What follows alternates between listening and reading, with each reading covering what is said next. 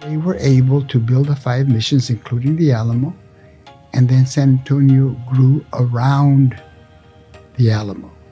So it's not too far-fetched to say if it weren't for Querétaro, there would be no missions, no Alamo, and no San Antonio. So we owe a lot to that city.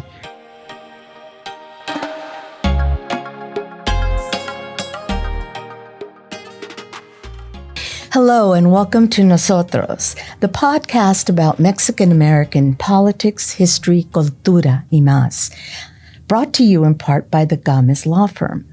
I'm your host, Elaine Ayala, Metro columnist of the San Antonio Express News. My guests today are Kathy and Lionel Sosa, the magnificent San Antonio team in all things advertising, idea launching, and art. Portraiture, to be specific, and marriage, to be even more specific. They're here today to talk about their newest project. It's a big one, a San Antonio art exhibit that will go on the road and open this month in Querétaro, a city in central Mexico that's seen as an important example of Spanish colonialism. Its historic center was designated a UNESCO Heritage Site in 1996. Along with their upcoming exhibit, the co-curators are also producing an exhaustive 4-part documentary for KLRN. It's so good to see you both. Welcome, bienvenidos. Oh, we're happy to be here. Yeah, thank you so much for the invitation. Well, one of the things I do with all my guests in every episode of Nosotros is play a rapid-fire game called This or That. I don't do anything rapid anymore. Okay. All right, you be as rapid as you can be, okay? And we're going to keep it simple at first. Okay. Watercolors or oils? Oils. Oils or acrylics? Oils. Wow. Large canvas or small canvas? Large. Both. The Mona Lisa or the girl with the pearl earring? Girl with pearl. I'd have to go with that. Me as well. too. Yeah. Me too. I don't see the fuss. Yeah. It's so easy to pick. I know. It's like it makes me a little mad Yeah. that everybody just flocks to that one thing at the Louvre. Okay, here's a tough one though. I think this is a tough one. American Gothic or the Two Fridas? Two Fridas. Two Fridas, yeah. Okay, I added that one because I know you both posed for a version of American Gothic that was hilarious. What was that for? Well, we have a friend who is our teacher, our art teacher, and he came to stay with us for a whole summer during COVID. And during that time, he proposed to do a double portrait of us. And we discussed different ideas. And the concept that we both fell in love with was this one based on American Gothic. So we call it Mexican American Gothic. Is the title of our portrait. And we are two artists, and there's no pitchfork, but there's a handful of Brushes sticking out. Oh, uh-huh. and we are. Yeah. Yeah. Oh, yeah, you look mean and you look like you haven't eaten. Yeah. We're hangry. Okay, the last this or that is one that I use for everybody no matter what they do.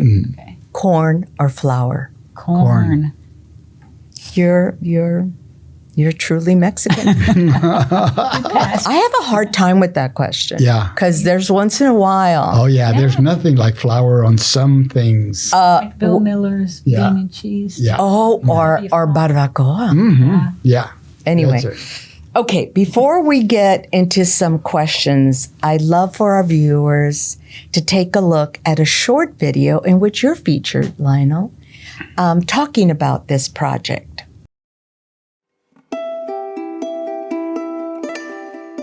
Al otro lado del espejo. It is an exhibition that tells a story about two cities and how much history there is between them.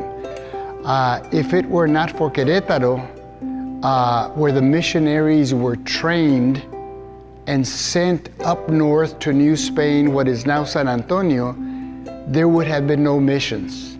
There would have been no Alamo. Without an Alamo and the village that developed around it, there would be no San Antonio. It's a great opportunity for the people of San Antonio to get to know more about the people from Querétaro and from the Queretanos to know more about the people of San Antonio.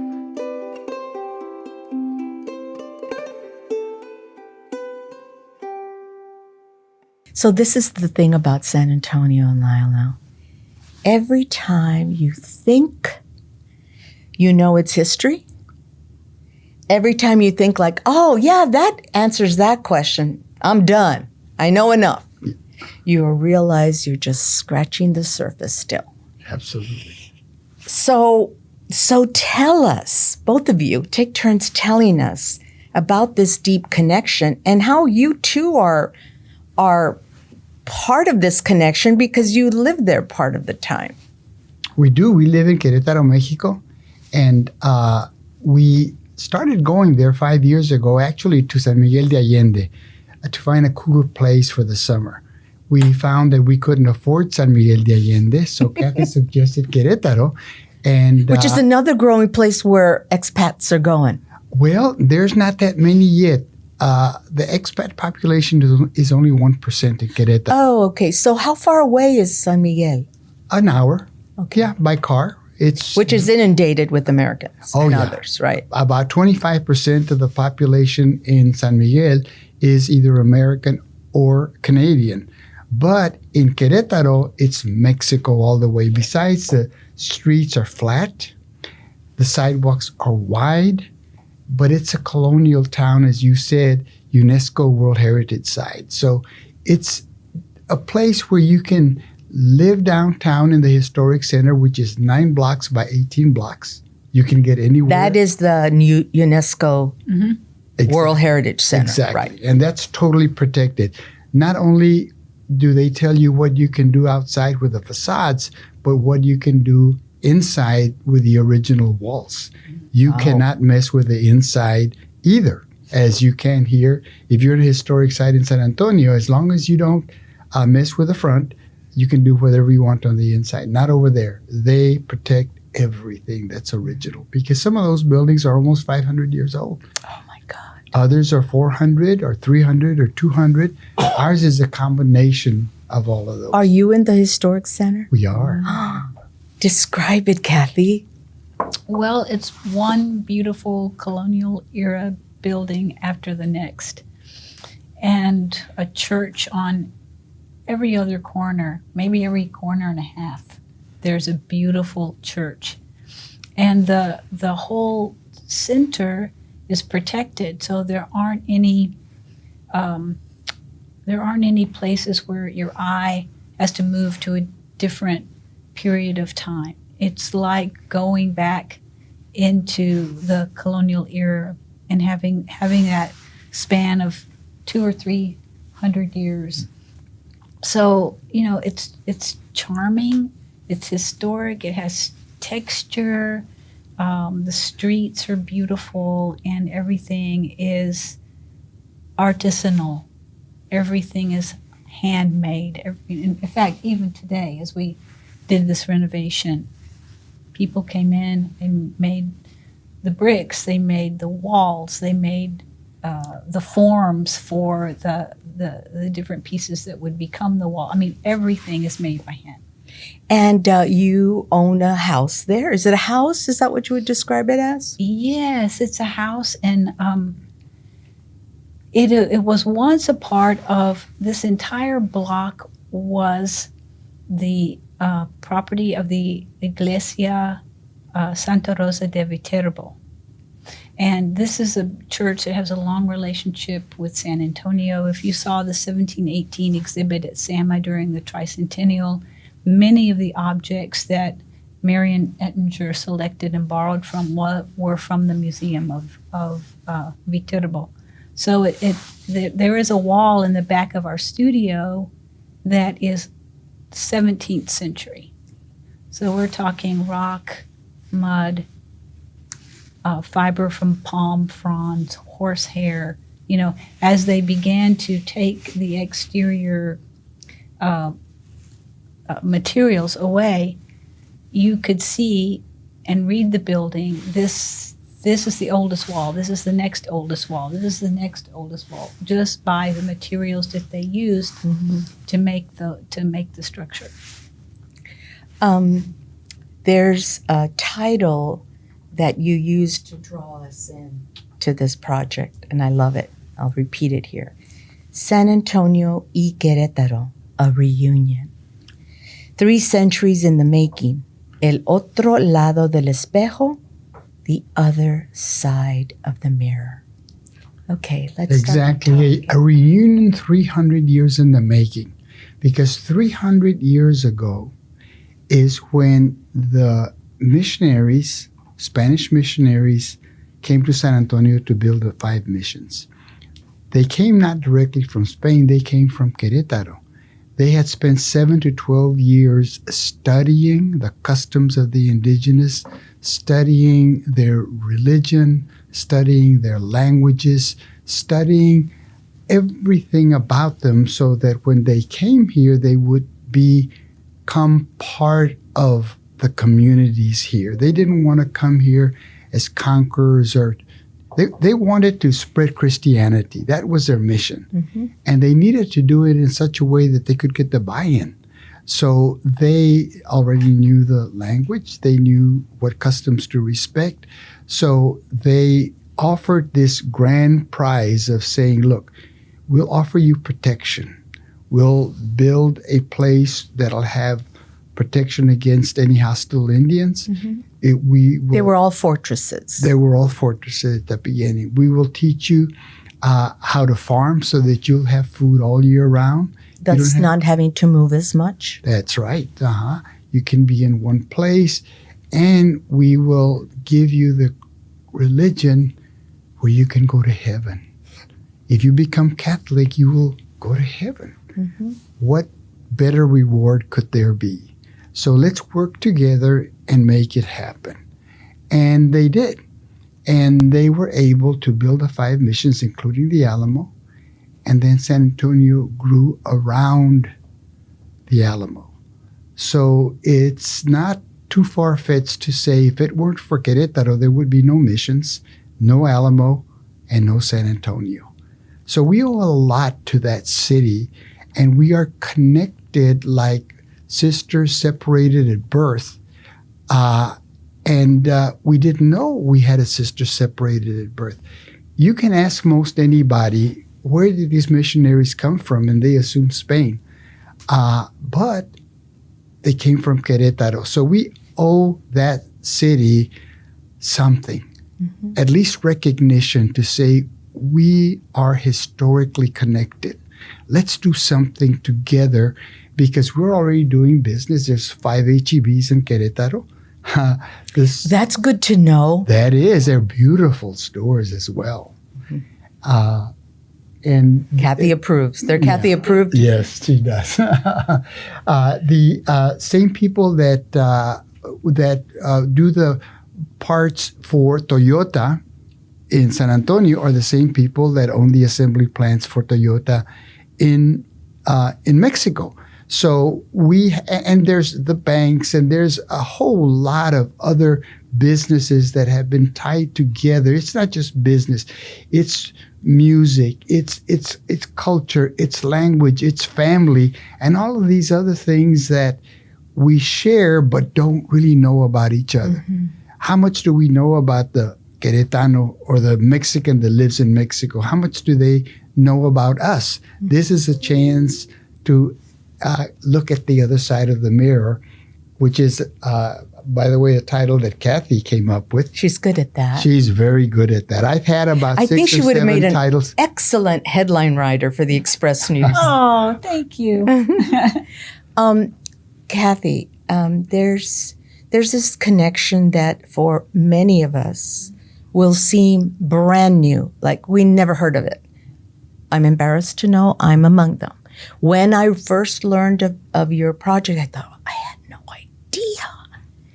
Of course they came from somewhere. Of course they brought all that knowledge with them. Of course they had a mission, a real mission to get this done. How did you become aware of it? How long have you been studying this connection? Well, practically since we arrived in Querétaro. Which was?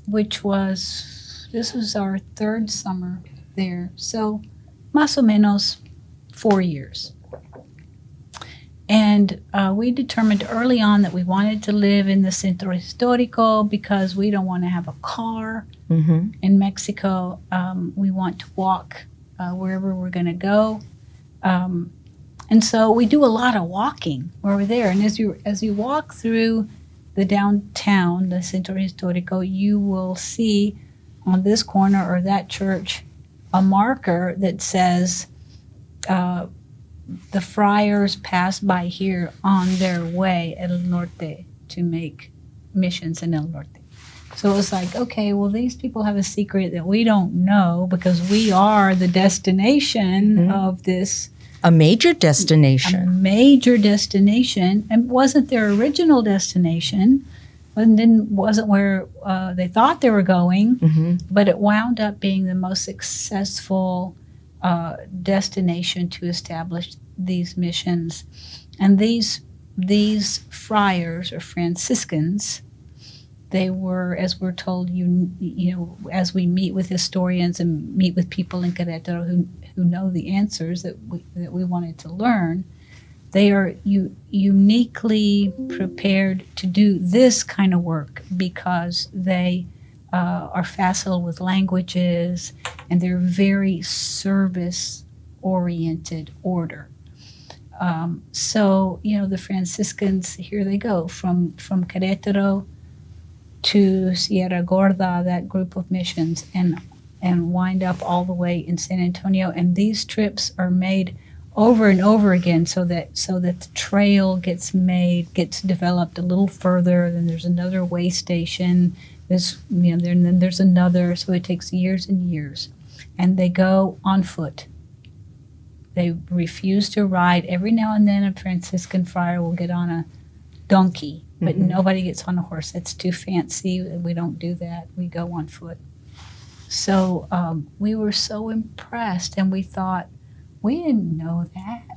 And we started asking people, and Elaine, you are not alone. Like, I don't think we knew nothing. Well, here's the thing. It's when you look at it now, I think, well, of course they had to come from somewhere. I can't tell you how many stories I said they came from Mexico. I mean, Mexico's a great big place. I should have said, hey, can you tell me specific? I mean, I never even thought to ask it. Yeah. It's the same with almost everybody. And the most educated people don't have any idea of this 300-year-long history because the Alamo is remembered for the Battle of the Alamo. And it was saved because of that infamy, you might call it. Although it was so important way before that. It was. And that's the story that people don't know. How this history took place, and that's why we said this needs to be more than a show. It needs to be a story well told and well documented by experts who know the real story. And if they don't know it, they can look into it and then talk about it. So we assembled about 50 people, and we produced this documentary that's in 4 parts, and it'll be on KLRN, public television, starting October the 17th. 1 episode a week. Wait a minute, of this year? Yes. You guys are that far along already? Oh, yes. We're almost completely done with it. We're just doing the finishing touches, yes. Who produced it?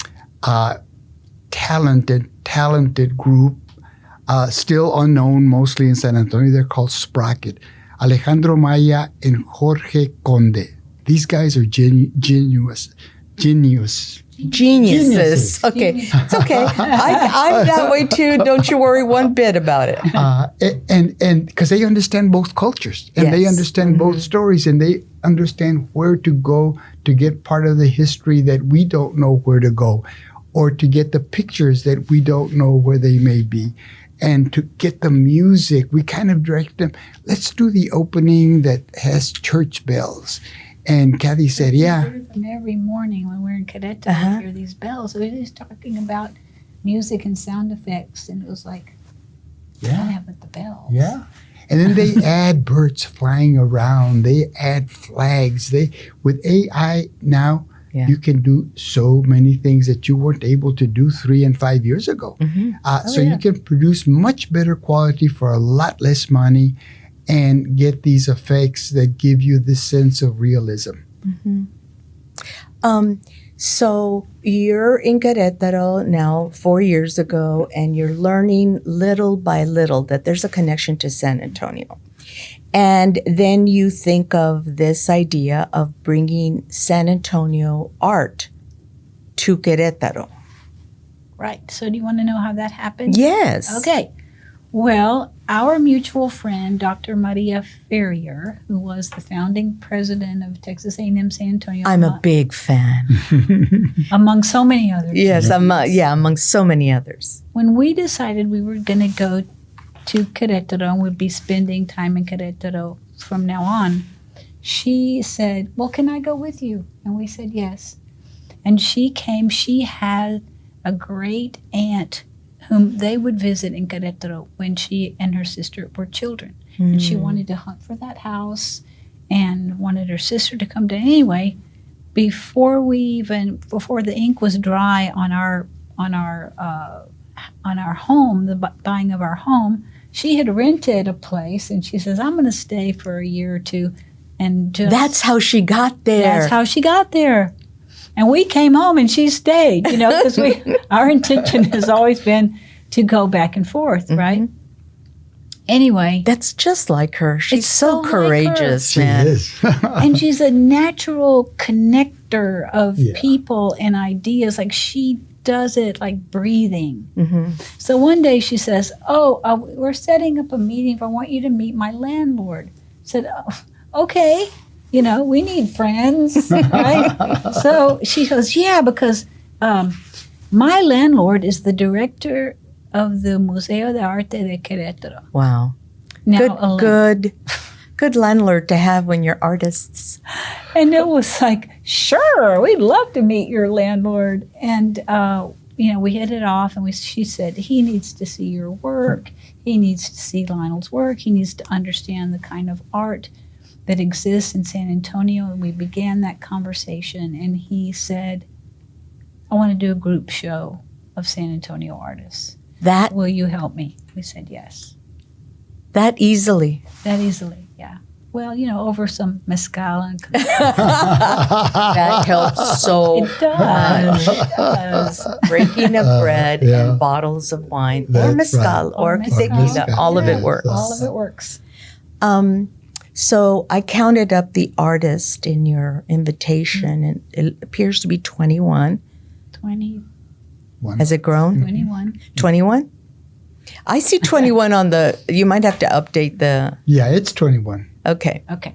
So we'll be showing our viewers, at least on YouTube, will be able to see some of those works as we talk. Yes. But I'd like you to talk about the work that you produced for it, as well as some of the others. Okay. Well, the large piece that I produced specifically for this show was something that I had been dwelling on, been sort of percolating in my mind for a couple of years. And what happened was, I have these auspicious friends.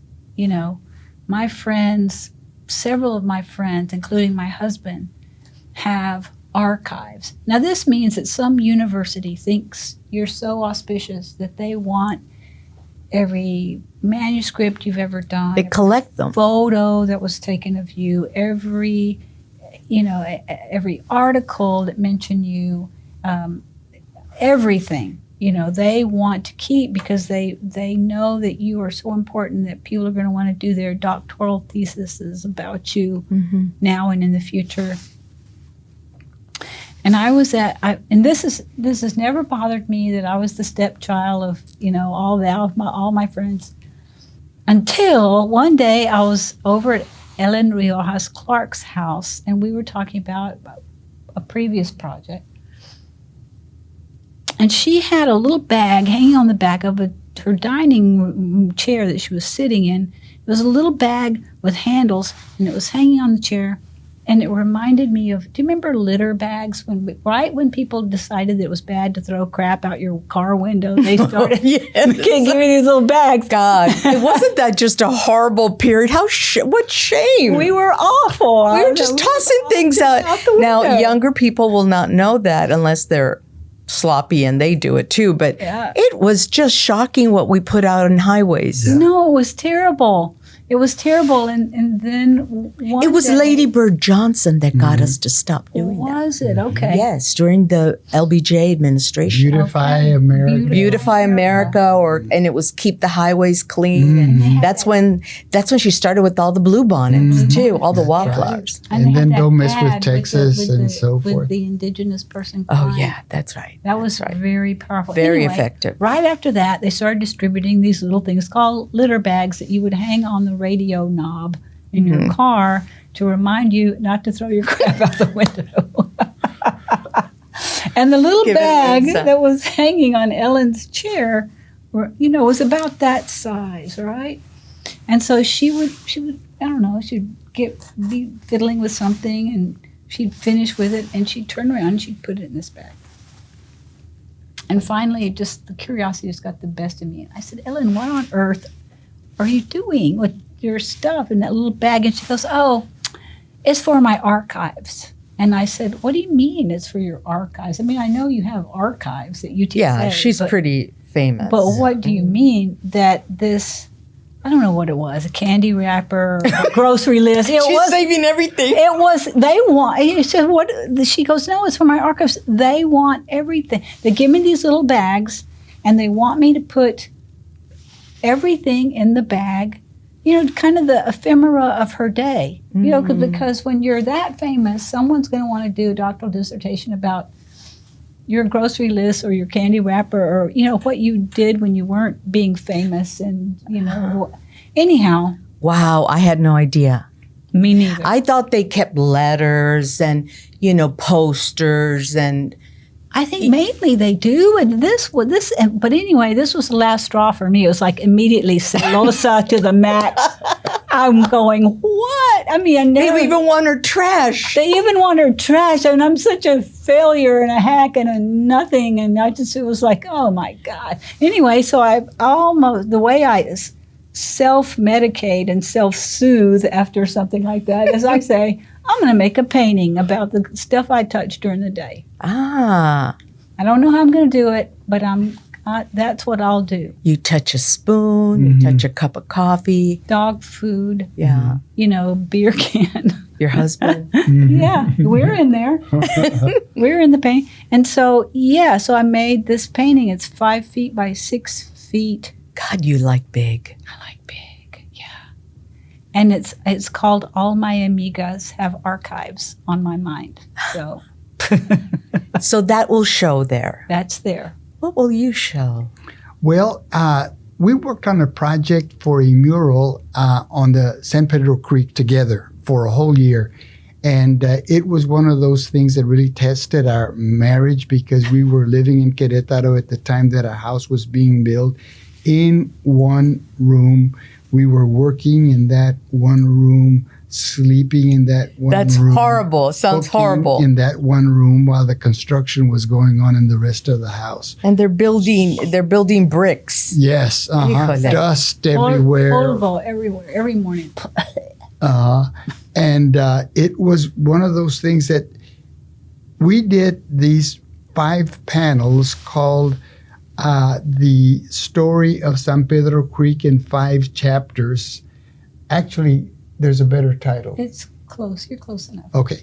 And so we did that together. I kind of would do the outlines, and then she would change everything and make it in her style. And I would do this, and she'd change that, and I'd do that. And I started having bad dreams at night and stuff like that. but we got it done. And tell me again the title.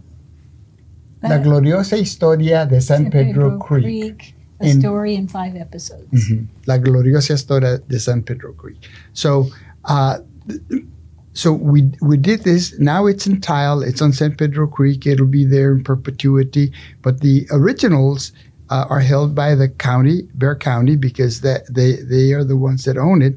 And we were allowed to do reproductions of these. Mm-hmm. So, and each one of them is 4 feet by 8 feet, and there's 5 of them. So that's going to be kind of the thing that we did together. And that tells so much about San Antonio, because San Pedro Creek is a originating place. It is, and it was the dividing line between the west side and the rest of the city. The poor people lived west of San Pedro Creek, and everybody else lived on the other side. So it was kind of like the old railroad tracks. That's right. Of smaller cities, but it had a lot of history. So we're discovering San Antonio history through researching for those murals and doing them, and we were able to now have these wonderful paper reproductions that are going to be, I think, going to show very, very nicely in that. And then I've got a couple of others that are just regular faces that I do, because I do faces of That's Latinos. Right. And Sandra.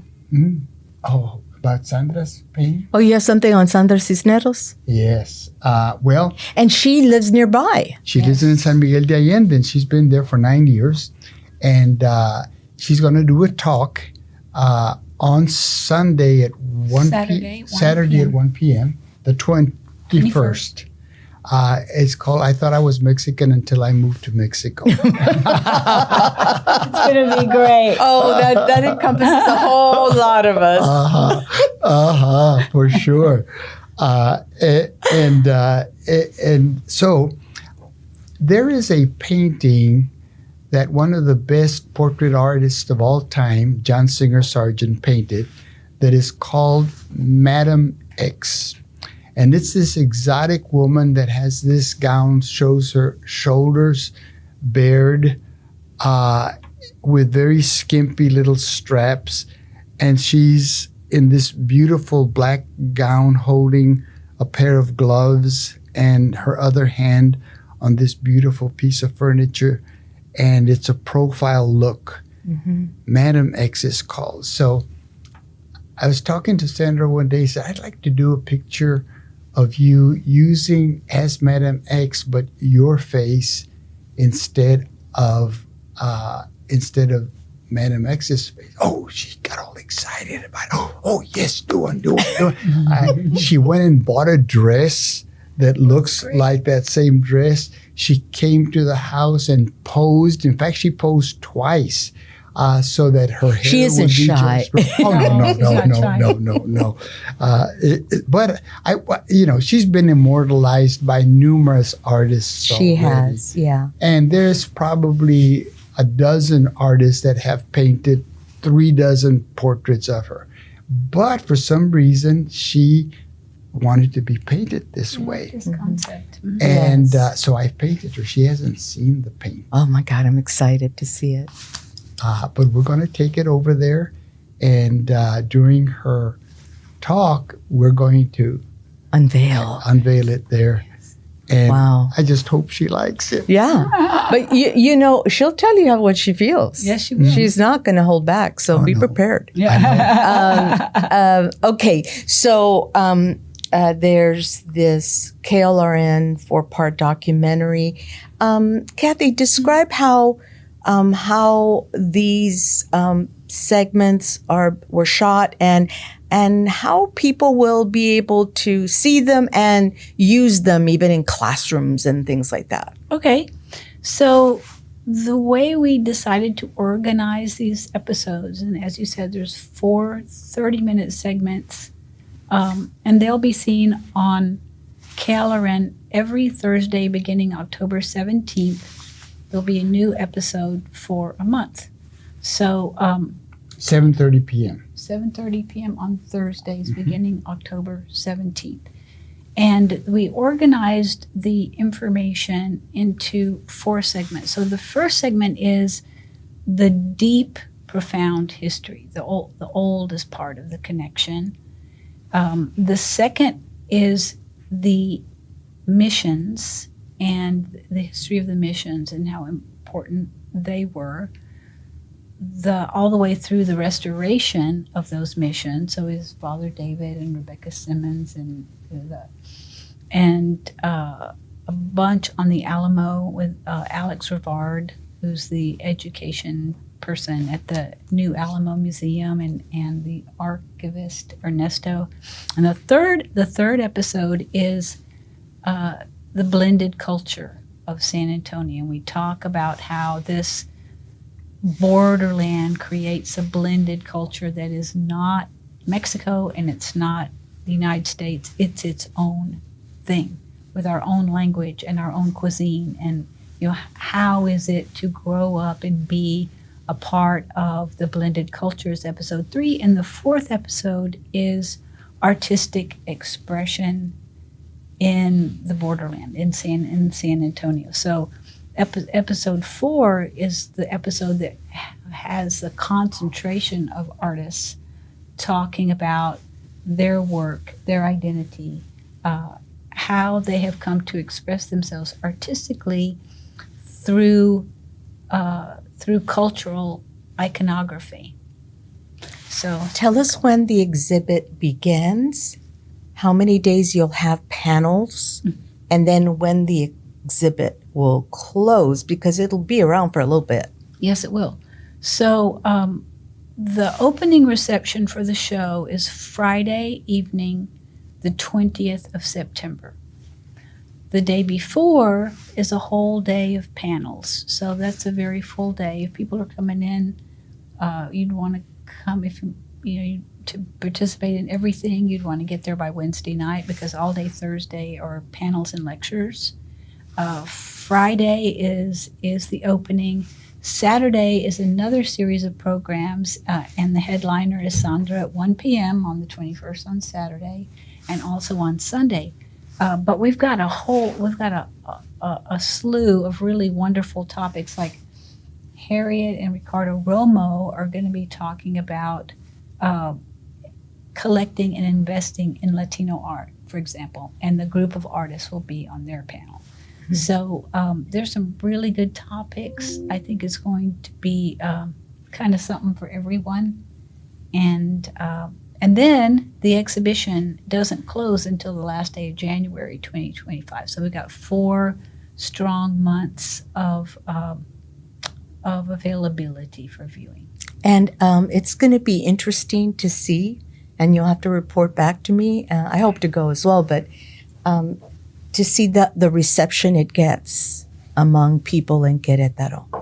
Well, They are so curious about what's going on with the Mexicano or the Pocho or whatever they call us over there. You're not really Mexican and you're not really American. Who are you? That's why this 3rd episode on identity is so important, because we were having dinner one day among all of these experts, and we were just discussing, what do you call yourself? Mexican, Chicano, Mexican American, and Latinx, and everything in between. Younger people are calling themselves differently than the Chicanismo that I grew up having, and so forth. So this identity, where in the U.S. we wonder who we are. ¿Quién somos? How do I identify? Am I an American? Am I a Texan? Am I a Mexican? I'm a little bit of everything, but what do I call myself? Well, on forums, you always say Hispanic, but what do I call myself on an everyday? We wonder about that, and we question our identity. Over there, they're Mexican. Yeah. They don't have any problems. We with have that. an evolving nomenclature for all that we are and become. Yes. And it keeps evolving. It does. So we keep learning, and thank goodness you're around to keep teaching. And this new peeling back of this part of our history is fascinating. I hope it it keeps giving us more, bearing fruit, so that we learn more. And we really want to thank the city of San Antonio and Ron and Erica Nuremberg, because once they heard this story, they said it's got to be told, and it has to lead to a friendship city, then a sister city relationship, because this history is too important to ignore. And that's the other thing, is that we're sister cities with everybody. I know. And we weren't except this one. And we don't have that history. I mean, we have a business history with Monterrey, with Guadalajara, with Mexico City, and so forth. But the only real historic history is with Querétaro, and that's why it's so important to bring this forward to a sister city, and to then say, okay, the city of San Antonio believes in it. They've given us the largest grant that they have ever given to any effort like this. But then we got private money. So we needed about $260,000 to put this together, to ship everything, to collect everything. I'm sure to insure everything, too. To insure everything, oh, yes. God. And everybody stepped up. You know, the Heller Family Foundation put in $75,000. Charles and Melissa Barrett put in $25,000, as did Valero, and as did Bank of America, and then our good friends Cecilia and Frank Herrera put in that's great. Put in a nice amount of money as well. The San Antonio Airport. Yeah, the San Antonio Airport. Invested. And there's going to be an event linking the two airports that's associated with. Oh, that's great. And there is a direct flight. There is a direct flights to flight, yes, to Querétaro, which will help us yes. as well. An hour and a half in the air, so it's easy to get there. It leaves on Fridays at 8:30 at night. It gets there at 10:30. Wow! Yeah, you have it all down. You guys are on this flight a lot, obviously. Oh yeah, we like this flight. Yeah. I can't thank you enough for coming on and talking about this. I think this exhibit will get a lot of attention in various news outlets, including me, when I get to write about it. Thank you so much. And so thank you so much. You can watch the video version of Nosotros on YouTube and listen to it anywhere you get your podcasts. My Metro column appears every Wednesday and Friday in the San Antonio Express News.